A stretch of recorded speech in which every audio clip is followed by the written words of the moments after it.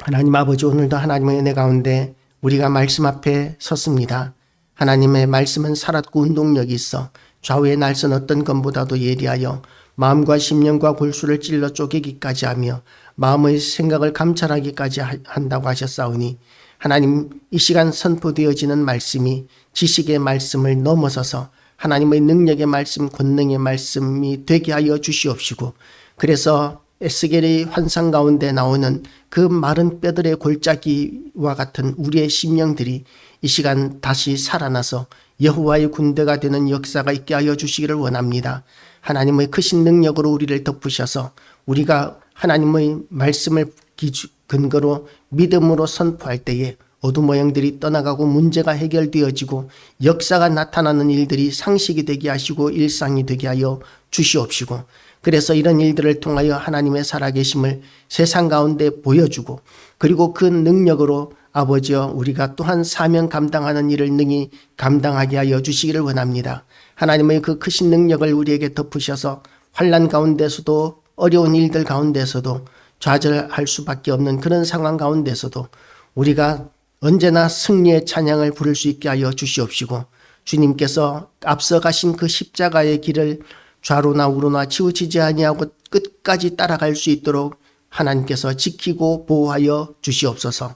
하나님 아버지께서 이 시간 말씀을 선포하는 무익한 종의 입술을 사용하여 주시옵시고, 성령의 숯불로 태우시고 온전케 하여 주시옵시며, 또한 하나님 아버지, 말씀을 전하는 자나 듣는 자가 다 같이 말씀 앞에 겸손히 은혜 받게 하여 주시옵소서. 감사드리오며 예수 그리스도 이름으로 기도드리옵나이다. 아멘. 할렐루야. 오늘도 하나님의 은혜가 우리 모두에게 가득하시기를 주님의 이름으로 축복합니다. 갈라디아서 이제 마지막 장입니다. 마지막 장 이제 18절까지 있는데, 아마 다음 주부터는 또 다른 성경으로 이렇게 넘어가게 될 것 같습니다. 그렇지만 이렇게 갈라디아서를 대충 전체적으로 이렇게 한번 다 훑어본 그런 부분입니다. 이 갈라디아서 이제 마지막 6장을 들어오면서 바울은 가르친 지금까지의 모든 말씀을 적용하는 그런 가르침을 이제 결론적으로 이야기하고 있습니다. 우리는 이론과 실제가 다르다라고 이런 이야기들을 많이 듣습니다. 이론적으로는 이렇게 되는데 실질적으로는 안 된다라고 하는 그런 것들이 이제 상식인 것이죠. 이론은 그런데 그게 과연 적용되는데 얼마나 시간이 걸릴 것인가? 뭐 실험실에서는 되는데 그게 산업화되는 데는 얼마나 또 시간이 지나야 될 것인가? 그게 과연 가능하기나 할 것인가? 뭐 이런 이야기들을 우리가 다 이야기들을 하는 것이죠. 그런데 성경만큼은 이론과 실제가 다르지 않습니다. 왜 이론과 실제가 다른 이유가 뭐냐면, 우리가 그 이론을 현실적으로 완전하게 적합하게 이론을 만들어내지 못했기 때문에 이론과 실제가 적용되지 않는 차이가 나는 그런 부분들을 만나게 되는 것이죠. 그런데 하나님께서는 우리를 창조하신 전지전능하신 분이십니다. 그분께서 성령의 감동을 주셔서 우리에게 성경을 주셨는데, 이 성경은 1.1획의 오류도 없는 완전한 진리의 말씀으로 주셨습니다. 그렇기 때문에 이 성경 말씀은 우리의 현실 가운데서 완전히 정립되어야 합니다. 물론 지금 이 시대에는 이런 전통적인 가치관, 성경이 가르치는 모든 진리에 대해서 이렇게 도전하는 그런 문화가 굉장히 많이 팽배해 있습니다. 세상에 왜 남자와 여자만 있느냐? 남자와 여자를 또 왜 타고난 그대로 인정해야 되느냐? 자기가 선택할 수 있어야 한다. 결혼은 왜 남자는 여자와 하고 여자는 남자와 해야 하느냐? 여자와 여자와 결혼할 수도 있고 남자와 남자가 결혼할 수도 있고 사람이 짐승과 결혼할 수도 있고 사람이 기계와 결혼할 수도 있고, 이런 말도 안 되는 이런 다양한 가치관들을 진보라는 이름으로 이렇게 만들어내면서 엄청난 그런 가치관의 혼돈 시대가 되어 버리고 있는 것이죠. 그럼에도 불구하고 분명한 사실이 있는데, 그건 뭐냐 하면, 하나님의 말씀은 영원 전부터 하나님께서 이 말씀 우리에게 주실 때, 하나님께서 천지 만물을 창조하실 때부터 시작해서 이 세상이 끝날 때까지 하나님의 말씀은 진리고 거기에 대한 어떤 도전도 결코 승리하지 못할 것이라는 것입니다. 왜냐하면 하나님의 말씀, 진리의 말씀, 그 근본적인 창조 질서에 도전하는 모든 것들은 거짓된 것들에, 잘못된 것들의 가치관을 두고 있고 두고 있기 때문에 근거가 없습니다. 그들은 절대로 진리를 이길 수 없기 때문입니다. 그래서 우리는 이 하나님의 말씀을 읽을 때 이 말씀을 그냥 이론적으로 지식적으로 아는 수준에서 넘어서서 우리는 어떻게 이 말씀대로 살 것인가를 늘 고민하고 묵상할 줄 알아야 합니다.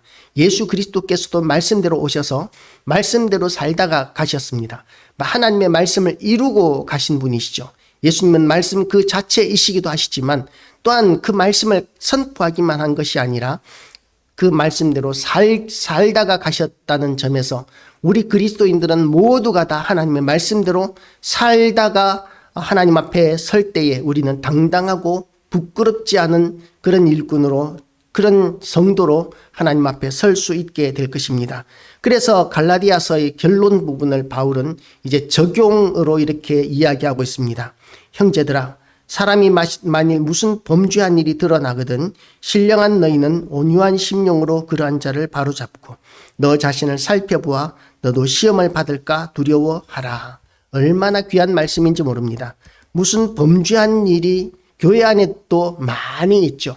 일반적으로 교회에 굉장히 많이 충격을 주는 그런 사건들은 어떤 것들이 있느냐 하면 물질적인 문제입니다. 교회 재정을 어떻게 관리하느냐.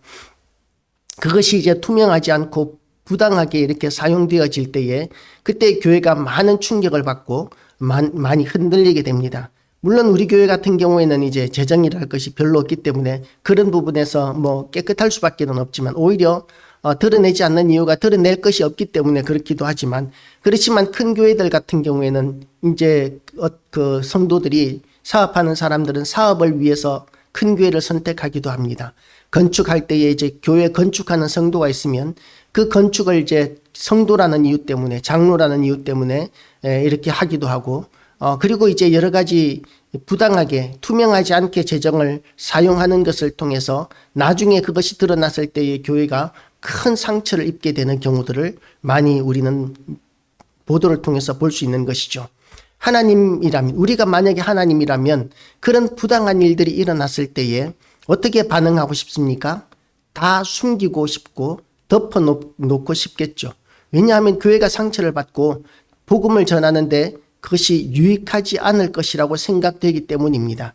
그럼에도 불구하고 하나님께서는 거룩하신 하나님, 완전하신 하나님이시기 때문에 우리의 죄에도 불구하고 그 죄에도 불구하고 영광 받으시기를 기뻐하시는 분은 아니시라는 것이죠. 하나님은 죄를 덮어주시는 분이 아니십니다. 우리가 하나님과 상관없는 존재라면 그냥 유기하실 수 있고 방치하실 수 있습니다. 그러나 하나님은 우리를 자녀로 삼아 주셨고 그리고 하나님의 백성이라고 하나님의 것이라고 인정하셨기 때문에 우리가 완전하고 거룩하기를 원하십니다. 그래서 우리가 죄 가운데 있을 때 그것을 숨겨주고 덮어놓기보다는 드러나게 하심으로 말미암아 회개하고 돌이킬 수 있는 기회를 허락하시는 것이 그것이 하나님의 뜻인 것이죠. 세상의 모든 질서, 모든 조직과는 다른 특이한 조직이 교회입니다. 그래서 교회에서 어떤 불순한 일들이 나타나게 되면 그러면 온 세상이 다 떠들어 줍니다. 그것이 억울할 수도 있겠지만 그러나 그것이 하나님의 섭리라는 것을 알아야 합니다. 그래서 우리는 죄 앞에 섰을 때에 두려운 줄 알아야 되는 것이죠. 또 교회 안에 있는 부당한 많이 일어나는 일들이 음행에 관한 문제들이 교회 안에 많은 상처들을 줍니다. 교회는 거룩한 곳이기 때문에 순결해야 합니다. 그런데도 불구하고 인간의 욕망을 따라서 육신의 정욕을 따라서 이런 음행의 문제가 일어나는 경우들이 많이 있습니다. 특별히 고린도 교회에 그런 문제들이 있었고 바울은 성경에 그렇게 적나라하게 책망함으로 말미암아 지금도 우리가 그 바울의 이야기를 보면 그 아버지의 아내를 취하는 일이 있다 하는 이야기를 들었도다. 그게 얼마나 부끄러운 이야기입니까? 그냥 음행 정도가 아니고 아버지의 아내, 물론 어머니는 아니겠죠.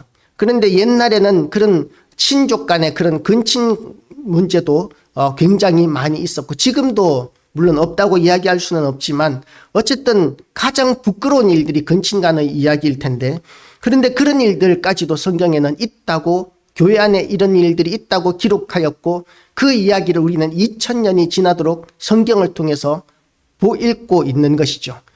그 당사자들은 아마 영원토록, 만약에 천국에 있다 할지라도 영원토록 부끄러운 그런 수치스러운 이야기를 들으면서 부끄러워할 수밖에 없을 것입니다. 하나님께서는 그렇게 우리의 모든 것들이, 잘못된 것들이 드러나게 하시는 분이시라는 것을 우리가 염두에 둘 줄 알아야 합니다. 그래서 우리는 두려워하는 마음으로 하나님 앞에서 깨끗한 삶, 거룩한 삶을 살기 위하여 몸부림칠 줄 알아야 한다는 것이죠. 두 번째는 또 무슨 범죄한 일이 드러나거든 이라고 이렇게 이야기하고 있습니다. 그건 드러나지 않은 죄들도 있다는 것이죠. 예수님께서는 어떻게 말씀하셨느냐 하면 형제 중에 누가 범죄한 자가 있거든 먼저 한두 사람이 가서 권면하고 그래도 듣지 않거든 여러 사람이 가서 또 권면하고 그래도 듣지 않으면 세 번째는 공회 앞에 선포하고 그리고 믿지 않는 자와 같이 그렇게 대하라고 이렇게 말씀하셨습니다. 그러니까 이제 저 사람이 어떤 범죄를 저질렀어. 그러면서 교회 안에 있는 성도들을 내가 막 고자질하고 선포하는 것은 합당하지 않다는 것이죠. 드러나지 않았을 때는 그 사람을 바로잡기 위한 이런 뒤에서 하는 조용히 해결하고자 하는 그런 노력들이 우리에게 있어야 하는데 그 이유가 뭐냐 하면 무조건 드러내는 것을 통해서 그 사람이 완전히 무너지게 하는 것이 그것이 교회와 성도들의 목적이 아니라 하나님의 뜻은 하나님은 사랑이시고 그리고 그들이 두려움으로 하나님 앞에 돌이키고 거룩해지게 하는 것이 하나님의 뜻이고 그런 하나님의 마음을 우리 교회와 성도들도 가져야 한다는 것이죠. 그런 마음이면 그러면 이제 우리는 그 잘못한 성도들의 죄에 대해서 무조건 드러내고 알리고 선포하는 그런 일들을 하는 것이 아니라 덮어주고 감싸주고 품어줄 수 있는 그런 마음, 그것이 사랑이기 때문에 그렇습니다. 그런데도 불구하고 우리가 덮을 수 없는 상황이 되었을 때는 어떻게 해야 되느냐 하면 이렇게 이야기하고 있는 이렇게 우리가 냉철하게 대우할 줄 처신할 줄 알아야 한다는 것입니다. 부산에 풍성한 교회라고 큰숲교회라고 제가 존경하는 목사님 교회가 있는데 그런데 그 교회에 그런 일이 있었답니다. 이제 교회 중직이었는데 7계명을 범한 것이죠. 교회에서 이제 음행의 문제가 일어났습니다. 그 일이 이제 소문이 나서 교회 안에 이제 떠들썩해졌는데 목사님은 이제 그분들을 아끼는 마음으로 교회가 좀 잠잠해지기를 원했습니다. 사실상 음행의 문제가 세상 가운데서는 얼마나 흔하게 지금 일어나고 있는 상황인지 모릅니다. 어쨌든 이런 문제가 일어났으면 그것을 문제 삼기보다는 회개하고 돌이키기를 목사님은 기대했던 것이죠. 그럼에도 불구하고 교회 안에 전부 다 소문이 났기 때문에 그걸 이제 목사님이 덮어주려고 조용히 알아서 내가 생각해 볼게 그러면서 시간을 보내는 동안 교회가 상처를 입고 많은 성도들이 교회를 떠나는 일을 경험했고 그래서 어쩔 수 없이 그 두 사람을 이제 교회에서 내보내는 방법밖에는 없었다라는 이야기를 들은 적이 있습니다. 우리가 드러난 문제에 대해서는 냉철하게 이렇게 확실하게 해결할 수 하지 않으면 그러면 교회가 더 큰 상처를 입게 되고 교회가 죄를 용인하고 용납하고 공범이 되는 그런 상황이 되기 때문에 그래서 드러난 문제에 대해서는 냉정하게 이렇게 공정하게 공의를 이루어 나가는 이런 처분이 지혜로운 선택이다라고 이렇게 이야기하는 것을 들은 적이 있습니다. 그렇게 우리는 형제의 죄에 대해서 형제가 잘못한 범한 죄에 대해서 우리는 지혜롭게 처신할 수 있어야 되는데 그 근본에 뭐가 있어야 되느냐 하면 온유한 심령으로 그러한 자를 바로 잡고자 하는 그런 마음이 있어야 된다는 것이죠. 우리는 죄에 대해서 어떤 태도를 가집니까? 나는 안 그럴 것 같이 그 죄를 범한 자들에게 대한 미움과 증오심을 가지고 분노를 가지고 대하게 되는 경우들이 많습니다. 중직이면서 어떻게 그럴 수가 있어? 초신자도 아니고 그러면서 손가락질하고 공격하고 그리고 의분을 느끼게 되는 것이죠. 그런데 교회 안에서 하나님께서는 그런 자들에게 대해서 분노하라고 말씀하시지 않습니다. 물론 분노는 일어나는 것이 정상입니다. 왜냐하면 하나님께서 우리를 그런 존재로 만드셨기 때문입니다. 죄에 대해서 우리는 분노할 수밖에는 없습니다. 그럼에도 불구하고 분노보다도 더 큰, 더 귀한 마음이 뭐냐 하면 온유한 심령으로 그러한 자를 바로 잡고자 하는 그런 하나님 아버지의 마음이 필요하다는 것이죠. 우리의 자녀들이 뭘 잘못하면 부모라 할지라도 화를 낼 수 있습니다. 분노하고 징계할 수 있습니다. 그럼에도 불구하고 부모는 자식에 대한 사랑을 거두지 않는 것이죠. 우리 어릴 때는 마음으로는 분명히 어르신들이, 어머님들이, 아버님들이 안 그러셨을 텐데 그런 말씀들을 많이 하셨습니다. 나가, 넌 내 자식 아니야. 그런 이야기 들어보셨는지 모르겠습니다. 저는 많이 들어봤습니다. 그러면서도 이제 혼나고, 그리고 그 다음에는 또 아무것도 아닌 그런 그 일로 이렇게 지나게 되고, 그게 부모와 가족이라는 것이죠. 그렇게 극단적인 이야기들을 많이 들으면서 자랐지만, 그렇지만 하나님의 마음은 어떻습니까? 우리에게 그렇게 치실 때든 죽을 것 같이 우리가 고통스럽고 아플지라도 하나님께서 우리를 죽음으로 이끄시는 것이 하나님의 뜻이 아니라는 것을 분명히 우리는 압니다. 하나님으로부터 맞을 때는 죽을 것 같이 고통스러울지라도 하나님께서는 우리가 돌이키고 하나님 앞에 회개하고 돌아오는 것을 원하신다는 것을 우리는 명심해야 한다는 것이죠. 하나님은 결코 우리를 해치시는 하나님이 아니십니다. 그래서 우리가 죄 가운데 빠졌을지라도 회개하고 돌이키는 마음을 가지면, 돌이키기만 하면 하나님께서는 또다시 우리에게 기회를 주신다는 것을 우리는 명심해야 합니다. 그리고 또 이런 죄를 범한 자들을 보게 될 때에 우리는 또 어떤 마음을 가져야 하느냐 하면, 너도 시험을 받을까 두려워하라. 너 자신을 살펴보아 너도 시험을 받을까 두려워하라. 우리가 이렇게 우리 지도자들에 대한 보도들을 이렇게 보면 과거에 잘못한 그런 일들에 대해서 자기는 자기의 잘못한 것은 깨닫지 못하고 상대방에 대해서 막 비난하고 공격하는 그런 일들을 우리는 많이 보고 있지 않습니까?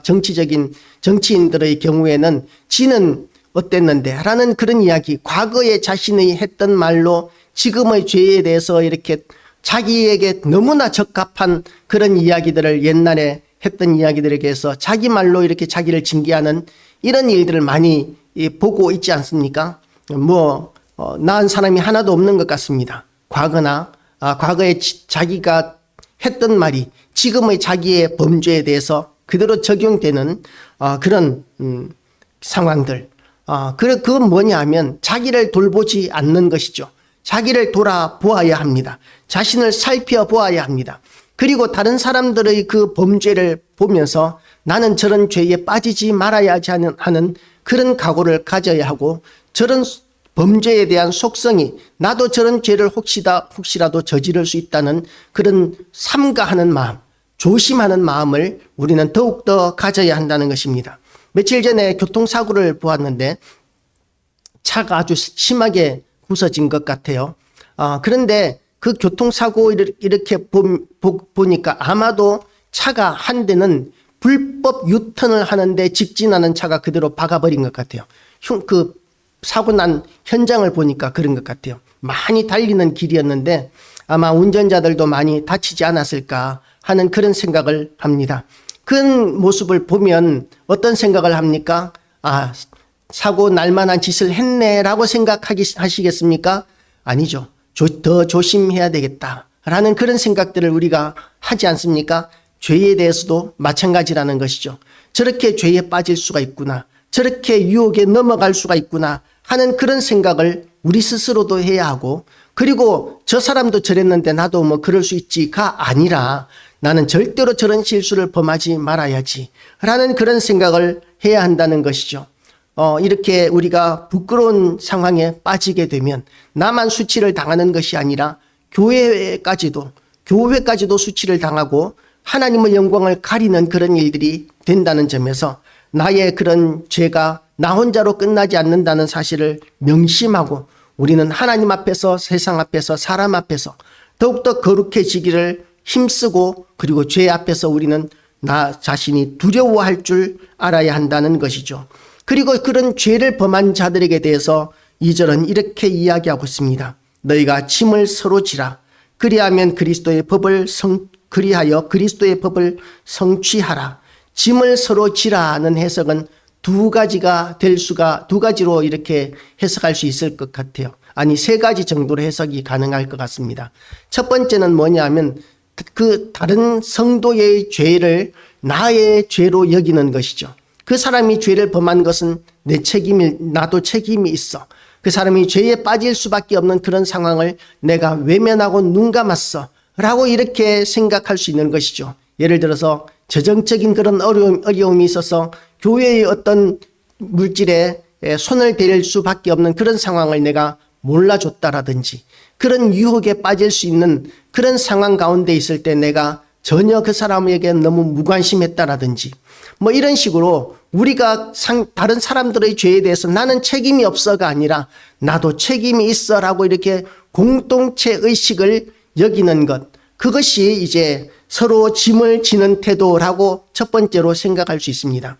두 번째는 이제 물질적인 어려움이 있는 것이죠. 가난한 성도들의 그 가난한 필요들을 채워주기 위하여 내가 좀 더 수고하고 애를 써라 이렇게 해석할 수 있습니다.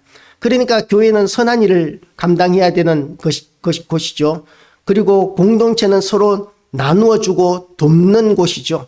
그래서 이제 어려운 일을 당하면 서로 도와주고 격려해주고 쓰러지면 부축해서 일으켜주고 하는 그런 일들을 해야 한다는 점에서 교회가 이렇게 서로 짐을 진다라고 이렇게 생각할 수 있습니다. 세 번째는 그 두 가지 다를 해야 된다라고 이렇게 생각을 하는 것이죠.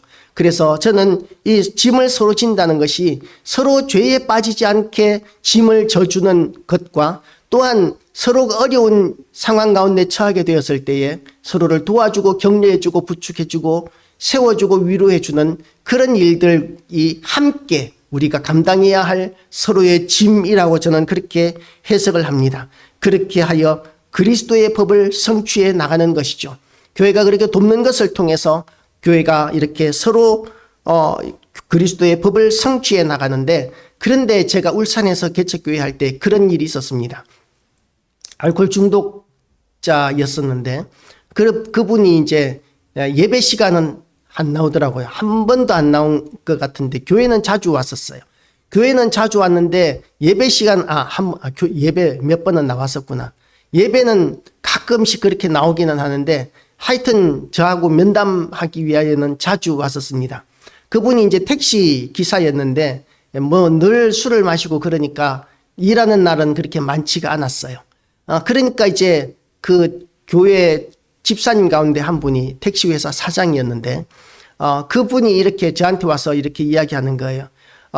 목사님이 이야기해 주셔서 그 집사님한테 저 좀 도와주라고 이야기해 주세요 라고 이렇게 부탁을 하는 거죠. 왜냐하면 교회는 서로 도와야 되는 곳이기 때문이라는 것이죠.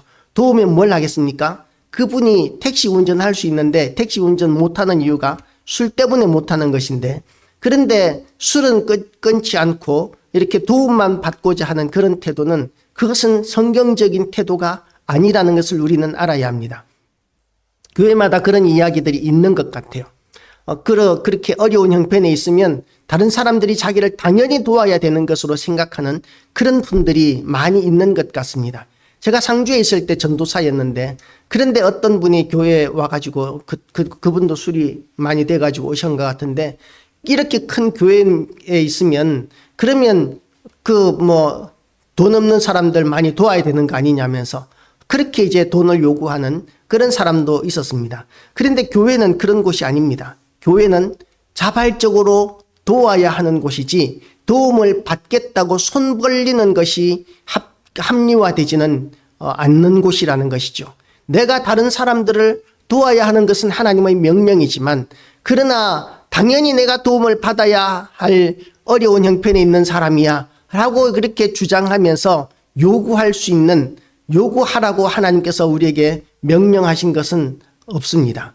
그래서 우리가 다른 사람을 돕기 위해서 더욱더 애를 쓰고 힘을 쓰고 노력하는 것은 우리에게 명령하신 것이지만, 나의 일은 내가 감당해야 된다는 것입니다. 나의 일은 내가 감당하기 위해서 내 앞가림을 넘어서서 다른 사람들을 돕기 위해서 더욱더 애쓰고 힘써야 하는 것이, 그것이 교회와 성도들의 모습이라는 것입니다. 그렇지만 그럼에도 불구하고 정말 어려운 형편에 처했을 때, 다른 사람들의 도움이 필요할 때에 사랑을 또한 섬김을 받을 줄도 알아야 합니다. 끝까지 해도 안 되는 문제들이 있습니다.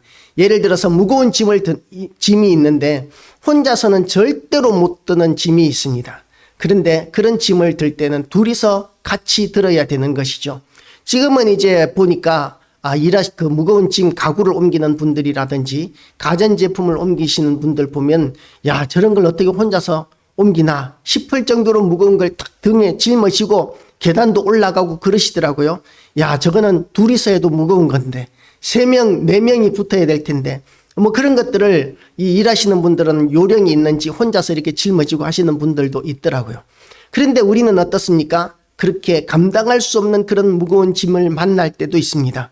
치울 수 없는 큰 걸림돌을 만날 때도 있습니다. 그럴 때는 합력하여 그 일을 해 나가야 된다는 것이죠. 당당하게 요구하는 것이 아니라 우리가 어려운 형편 가운데 있을 때는 함께 힘을 모아서 그런 어려운 문제들을 해결해 나가는 그런 모습들이 교회의 모습입니다.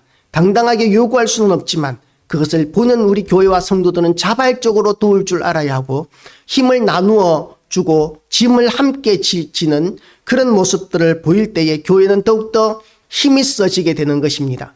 혼자서 하는 것보다 둘이서 하면 2배의 능력이 나타나는 것이 아니라 3배, 4배의 효율이 나타나게 됩니다. 우리가 일을 해보면 그렇지 않습니까? 예를 들어서 이렇게 사다리 위에 올라가서 일을 하는데 그런데 이제 일을 하면서 이렇게 혼자서 못을 박다가 이제 또 밑에 내려와서 다른 공구 가지고 올라가서 또 다른 일을 하고 뭐 이러는 것보다 밑에 보조해 주는 사람이 한 명 있다면 그러면 필요한 것들을 즉각 조달해 주고 그리고 이제 도와주면 그러면 혼자서 하는 일을 둘이서 할 때에 둘이서 하는 일이 2배가 되는 것이 아니라 효율이 3배, 4배가 됩니다. 그렇죠, 집사님? 예. 왔다 갔다 하는 시간이 필요 없어지고, 그렇게 효율이 3배, 4배가 되는 것이죠. 혼자서 하는 것과 10명이 사는 것은 또 엄청나게 다릅니다. 자기가 해야 되는 산업화가 이렇게 발전하게 되는 이유가 뭐냐면 분업이라는 것이지 않습니까? 역할을 분담하는 것. 그런 것들이 더욱더 생산 효율을 높이면서 우리를 더 잘 살게 했는 것과 같이 교회 안에서도 우리가 이렇게 서로 합력하는 것들이 얼마나 귀한 일인 줄 알고 우리가 함께 선을 만들어 나가는 그런 교회가 될 때 아름다운 교회가 되고 또한 아름다운 성도들이 된다는 것입니다.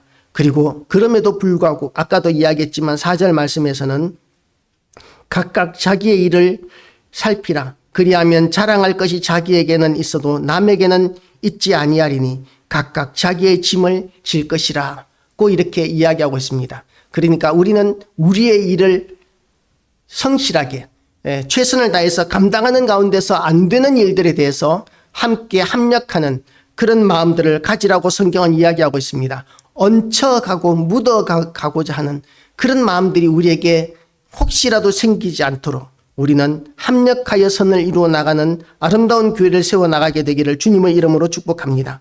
가르침을 받는 자는 또한 말씀을 가르치는 자와 모든 좋은 것을 함께 하라 하고 이렇게 이야기합니다. 이런 것들이 이 교회 안에서 참으로 필요합니다. 바울도 이렇게 이야기했죠. 타작마당에서 일하는 소의 입에 망을 씌우지 마라고 이렇게 이야기하고 있습니다. 타작마당에서 소의 입에 망을 씌우지 않으면 어떻게 되겠습니까? 소가 그 타작마당에서 그 곡식을 얼마나 많이 먹겠어요? 소같이 먹겠죠. 그러니까 그 소같이 먹는 그 많은 곡식들을 아끼기 위해서 소의 입에 망을 씌워야 정상일 것 같은데 그런데 타작마당에서 일하는 소의 입에 망을 씌우지 말라고 성경은 이야기하고 있습니다. 왜냐하면 소가 더 많은 일을 하기 위해서는 일을 더 잘하기 위해서는 잘 먹어야 하기 때문이라는 것이죠. 일본에서는 무교회주의적인 신학이 주류입니다. 무교회주의가 뭐냐 하면 나 혼자만 신앙이 좋으면 되지 굳이 교회 나갈 필요는 없어 라고 이렇게 생각하는 주의가 무교회주의입니다. 그래서 하나님을 믿는다는 사람들보다도 교회에 나오는 사람의 숫자가 훨씬 작습니다. 우리나라도 점점 그렇게 돼 가고 있는 분들이 많죠. 가나안 성도들이라고 이렇게 이야기하는데, 가나안 성도들이라는 말의 의미가 뭐냐면 거꾸로 뒤집으면 안 나가는 성도들이라고 이렇게 해석이 됩니다. 가나안, 거꾸로 하면 안 나가. 교회는 안 나갔지만 이제 종교란에 이렇게 뭘 적을 때는 기독교라고 이렇게 적습니다. 그러면 그렇게 신앙생활하는 것이 합당하냐 하면 그렇지 않다는 것이죠. 아까도 이야기했지만 혼자서는 신앙생활을 제대로 유지할 수가 없습니다. 내가 복음이 되어버리는 것이죠. 신앙을, 하나님의 뜻을 내 마음대로 재단하고 판단하고 그렇게 만들어 버립니다. 내가 만들어 놓은 하나님을 섬기는 거예요. 진짜로 하나님께서 우리에게 가르쳐 주신, 우리를 창조하신 그 하나님을 우리가 믿는 것이 아니라 내가 하나님을 마음대로 디자인하고 내 마음대로 나를 도와야 하는 하나님으로 그렇게 믿게 되는 것이죠. 왜곡되기가 쉽습니다. 옛날에 고대 이스라엘 초대교회, 그 예루살렘 교회가 있었습니다. 그런데 그 예루살렘 교회의 명맥이 지금도 내려오고 있는데요. 그런데 그 예루살렘 교회에 지금도 내려오고 있는 그 교회의 모습은 어떤 모습이냐면 복음을 잃어버린 모습입니다. 굉장히 타락하고 그리고 변질되어 버린, 그런 복음을 잃어버린 교회의 형태로 변질되어 버렸습니다. 너무나 고립된 상태에서 그렇게 신앙생활을 했기 때문에 내가 복음적인 그런 요소들이 많이 들어가고 샤머니즘적인 또 토속적인 그런 신앙들, 사상들, 철학들이 많이 들어오고 그것들을 그대로 수용하면서 변질되어 버리고 제대로 된 교회라고 이야기할 수도 없는 그런 형태로 교회가 아직까지도 남아 있다고 합니다. 교회는 하나님의 말씀으로 끊임없이 돌아가기 위해서 합력하는 것이 절대적으로 필요합니다. 그러기 위해서 가르치는 자의 역할이 정말 중요하죠. 일본의 무교회주의로 말미암아 우리나라보다도 100년이나 빨리 기독교가 들어갔는데도 불구하고 복음화율이 지금도 1%가 되지 않습니다. 1%. 우리나라는 아무리 지금 기독교가 어렵다 그래도 최소한 10%는 넘지 않습니까? 20%, 25% 그런 때도 있었지만 지금 많이 줄어들기는 했다고 합니다. 15%라고 이야기하는 사람도 있는데 아무리 그래도 10%는 넘지 않습니까? 지금 우리나라는. 근데 일본은 우리나라보다 기독교 들어간 것이 100년이 먼저 들어갔는데도 불구하고 1%를 아직 달성하지 못하고 있습니다. 무교회주의, 나 혼자만 신앙생활 잘하면 되지, 그렇게 생각하는 신학 사상 때문에 교회가 능력을 발휘하지 못하는 것이죠. 힘을 발휘하지 못하고 사명을 제대로 감당하지 못하고 있는 상황이 되어버린 것입니다.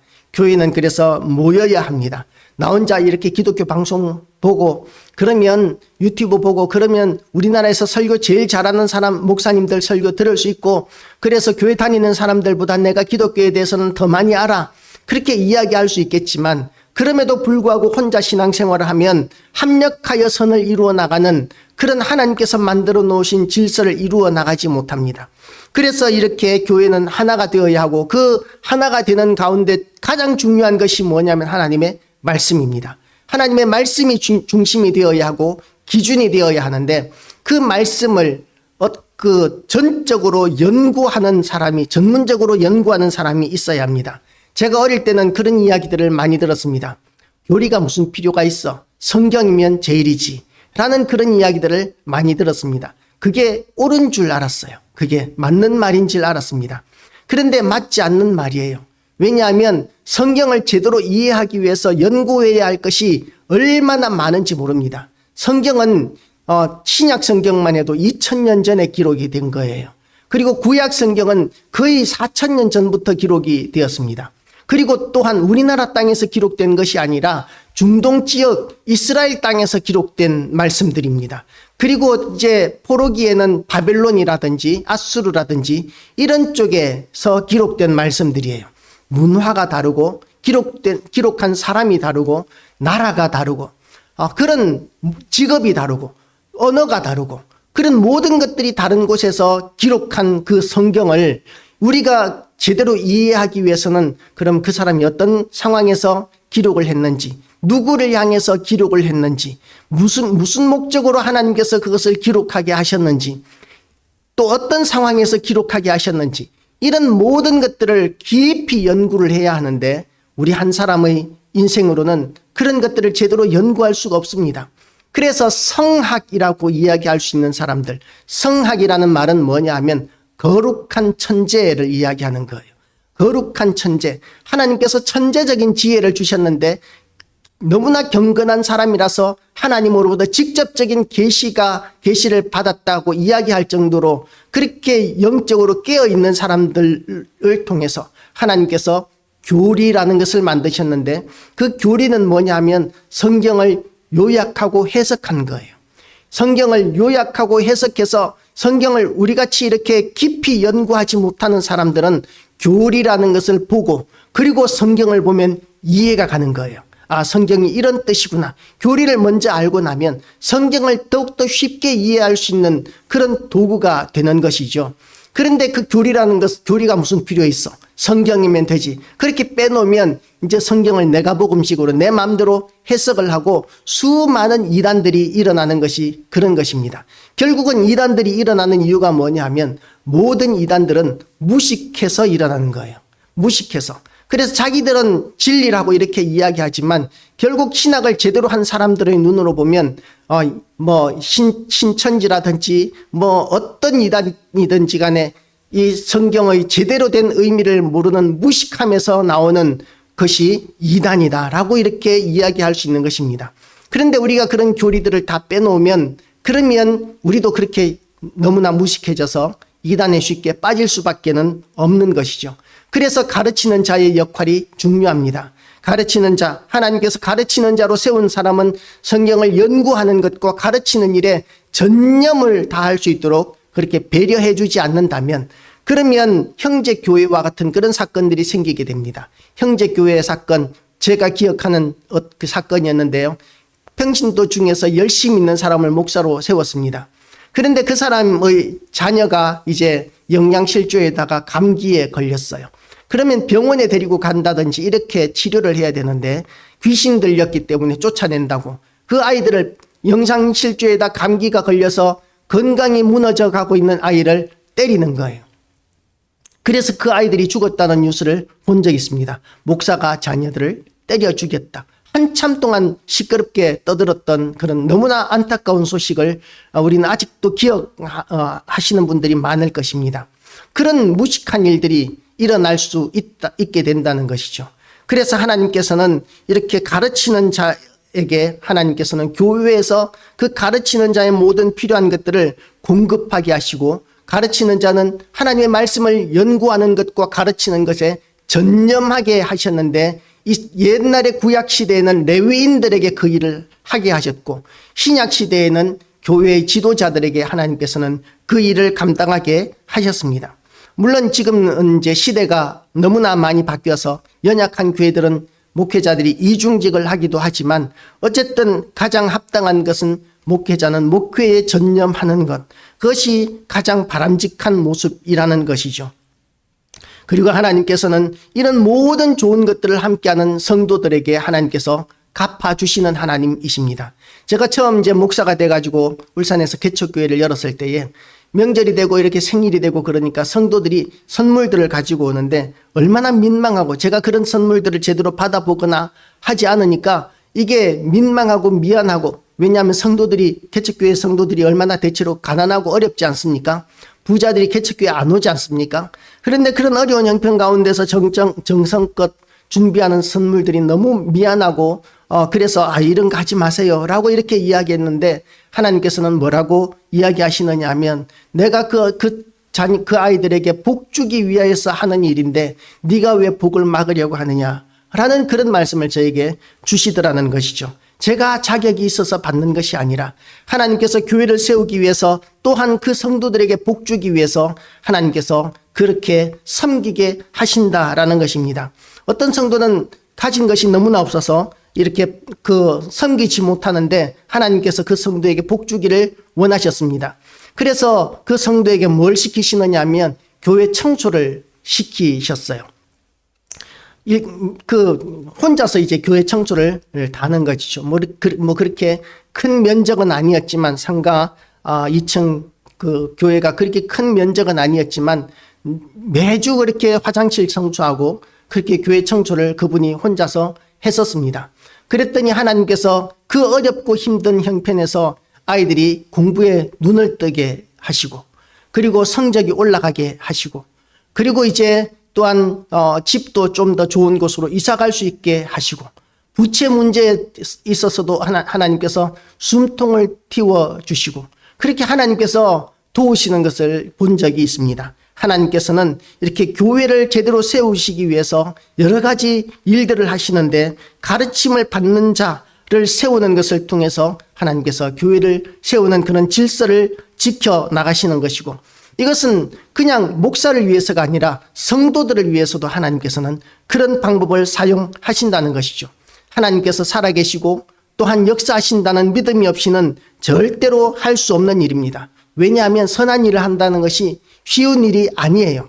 선한 일을 한다는 것은 다른 사람들의 짐을 대신 져주는 것이고 나의 물질을 나누어 주는 것이고 어려움을 함께 해주는 것이고 그러면서도 때로는 비난당하고 손가락질 받고 또한 핍박당하는 그런 일들까지 감수해야 하는 것이 선한 일입니다. 많은 초대교회 성도들이 그런 선한 일을 하다가 얼마나 많이 순교까지 했는지 몰라요. 순교한 사람들도 굉장히 많습니다. 그래서 차라리 선한 일 하지 말고 그냥 다른 사람들처럼 똑같이 그런 가치관을 가지고 살면 그러면 오히려 편할 것 같은데 그런 손해보는 일, 희생하는 일, 힘든 일을 감당하면서도 그렇게 그 일을 계속해야 되는 이유가 뭐냐면 하나님께서 함께 하시기 때문에 그렇습니다. 8절 말씀을 보면 7절부터 보겠습니다. 스스로 속이지 말라. 하나님은 업신여김을 받지 아니하시나니 사람이 무엇으로 심든지 그대로 거두리라. 심은 대로 거둔다고 말씀하십니다. 물론 이 말씀을 싫어하는 사람들도 있어요. 하나님은 은혜의 하나님이신데 그런데 심은 대로 거두는 인과응보의 법칙을 주장한다면 은혜가 어디 있느냐라고 이렇게 이야기하는 사람도 본 적이 있습니다. 목회자, 목사였는데 하나님은 은혜의 하나님이시다. 그런데도 불구하고 하나님께서는 선을 행하기를 힘쓰라고 우리에게 말씀하고 계십니다. 무엇으로 심든지 그대로 거두리라. 하나님께서 결코 수고한 것을 외면하지 않으시고 하나님께서는 결코 속지 아니하시는 하나님이십니다.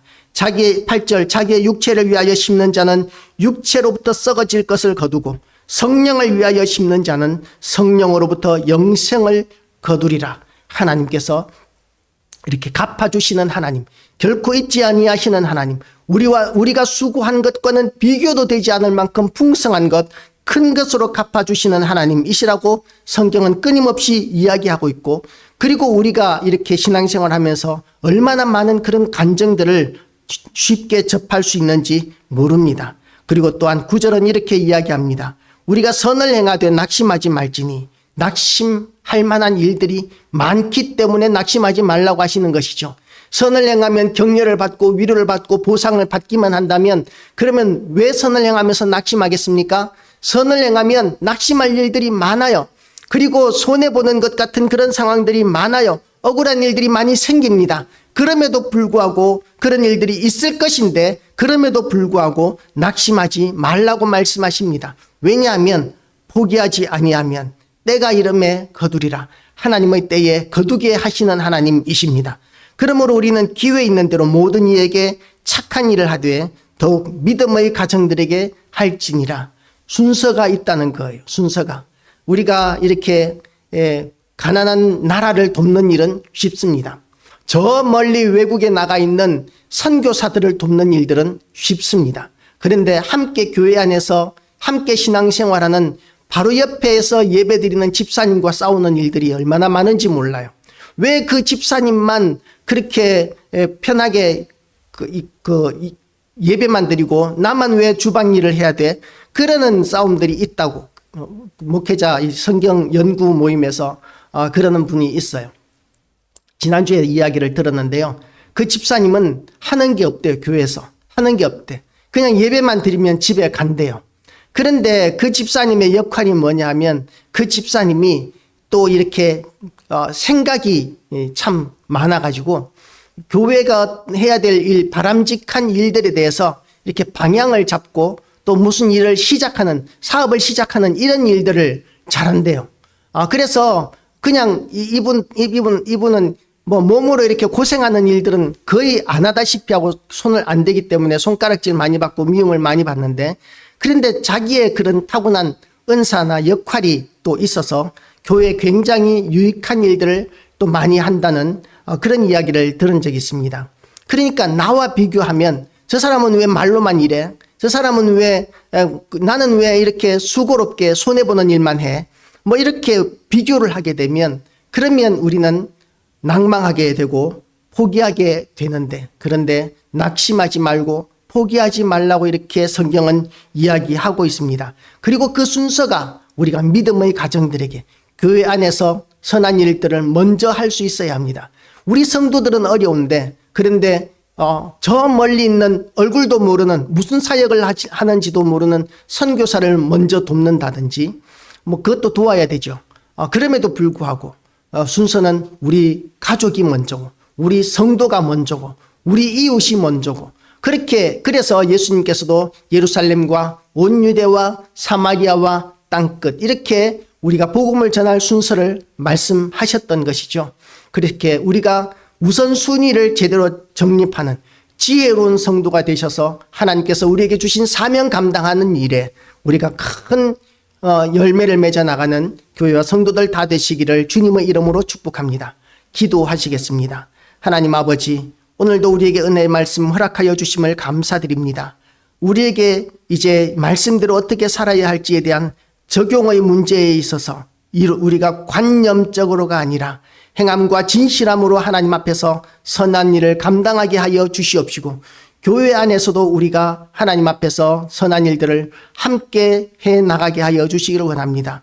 하나님의 일꾼들이 더욱더 더하여지는 역사가 있게 하시고, 믿는 자의 숫자가 날마다 더하여지는 역사가 있게 하여 주시옵시고, 또한 우리 모든 성도들이 하나님 앞에서 마음을 합하고 힘을 합해서 사명을 감당해 나가고 더 큰 일들을 감당해 나가게 하여 주시고, 아버지의 뜻이 하늘에서 이룬 것처럼 세상 가운데 우리가 오늘도 이루어 나가게 하여 주시옵소서.